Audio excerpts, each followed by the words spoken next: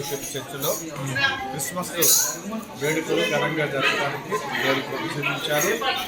మరి గ్రామంలో నాయకులు, అధికారులు, అలాగే సర్పంచులందరూ కూడా వచ్చి మమ్మల్ని ఎంతగానో ప్రోత్సాహకరంగా మాట్లాడి మమ్మల్ని బలపరిచి వెళ్ళారు. యేసు ప్రభు వారు జన్మించడం ద్వారా లోకానికి రక్షకుడుగాను, యేసు ప్రభు ద్వారా ఆమె విమోచనగాను కలిగినట్లుగా యేసుక్రీస్తు లోకంలో రావడం ద్వారా 3 విషయాలను దేవుడు తెలియపరిచినటువంటి ప్రేమను చూపించాడు ప్రభు. రెండవదిగా ఆయన కృపను చూపించాడు.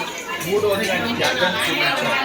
అలాంటి కృప ఎవరైతే యేసు ప్రభుని ప్రశంసిస్తారో, ఎవరైతే యేసుక్రీస్తుని ఆరాధిస్తారో, ఎవరైతే యేసుక్రీస్తుని విశ్వాసంతో ముందుకు సాగుతారో వాళ్ళందరూ కూడా దేవుడిచ్చే గొప్ప బహుమతులను ప్రజలందరూ కూడా ఇవ్వాలని ప్రభు ఈ లోకంలోనికి 2025 సంవత్సరాల క్రితం వచ్చి సర్వమానవాళిలో ఆయన ఈ లోకంలో ప్రేమను కనపరిచి, అలాగే ప్రేమతో పాటు ఆయన ముందుగా మనల్ని ప్రేమించాడు. మనం కూడా ప్రేమించాలని ప్రేమ స్వభావం చూపి పేదవారి పట్ల, దళితుల పట్ల, బలహీనుల పట్ల కృప చూపించాలని, అలాగే ఒకరు సహాయం చేయాలని ఆయన పరిశుద్ధ గ్రంథంలో బోధించిన ప్రకారముగా నేటి ప్రపంచం అంతా కూడా క్రైస్తవులైన దేవుని బిడ్డలమైన మేమందరం కూడా అదే రీతిగా కొనసాగిస్తూ ముందుకు సాగుతున్నాం. కాబట్టి అలాంటి కృప సర్వమానవాళ్ళకి దొరకాలని ఆశిస్తూ కొన్ని మాట అందిస్తున్నాను. ప్రభు మిమ్మల్ని దీవించును గాక.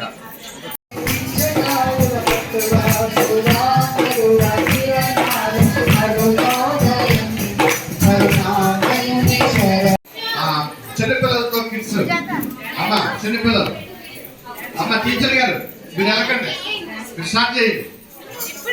వాళ్ళు తింటారు.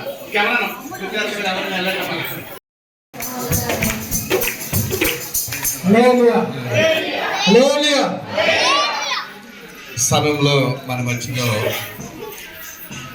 మన ఎడపల్లి సర్పంచ్గా గత ఎన్నికలలో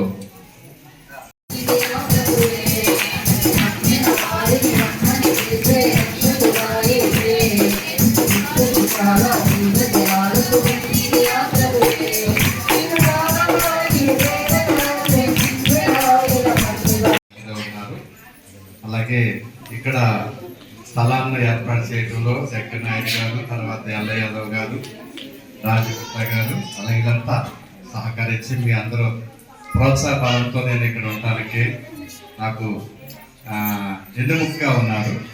మరి నూతనంగా ఎన్నికైన మరి సర్పంచ్ గారు 2 మాటలు మాట్లాడిన తర్వాత సన్మానం చేసి కేక్ కట్ చేస్తారు. మనందరూ కూడా ప్రభుత్వ సపోర్ట్తో ప్రభుత్వ మహిళ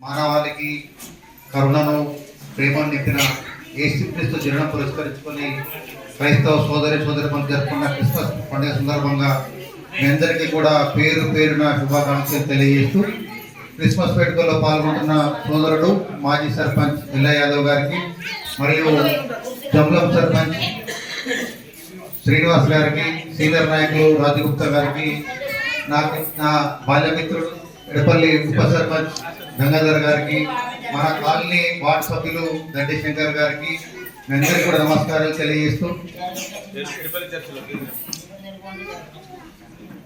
క్రైస్తవ దేశాలన్నీ కూడా మన భారతదేశంతో సన్నిహితంగా మెదులుతూ ఉన్నాయి. ఉదాహరణ చూసినట్టయితే ఇజ్రాయెల్, రష్యా ఇలాంటి దేశాలు కూడా మన కేంద్ర క్రైస్తవ దేశాలు కూడా మన భారతదేశంతో మైత్రిగా ఉంటూ సన్నిహితంగా ఉంటూ మనకు అండదండలు అందిస్తూ ఉన్నాయి.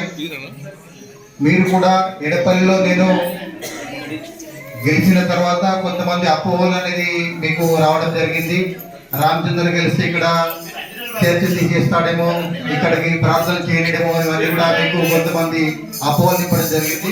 ఇవన్నీ కూడా తీసేయండి, మీరు అపోహలను తొలగించుకోండి దయచేసి. మీ అందరి వాటిని నేను మీ ఇంటి పక్కనే, మీ చర్చి పక్కనే నాకు ఇల్లు. ఎలాంటి అపోహలు పడదు, దయచేసి ఎలాంటి అపోహలు పడద్దు. మీ ప్రార్థనలు ఎప్పటిలాగానే జరుగుతాయి, ఎప్పటిలాగానే క్రిస్మస్ జరుపుకుంటారు, ఎప్పటిలాగానే ఇక్కడ ఉంటారు తప్ప వేరే రకంగా మీరేమో కంగారు పడవద్దు, ఆందోళన కూడా చెందవద్దు. నా మీద చెప్పిన అవన్నీ కూడా ఈ రోజు నుంచి మీ మైండ్ నుంచి తీసేసేయండి. మంచిగా దైవ సన్నిధిలో ఉంటే నేను చెప్తా ఉన్నాను.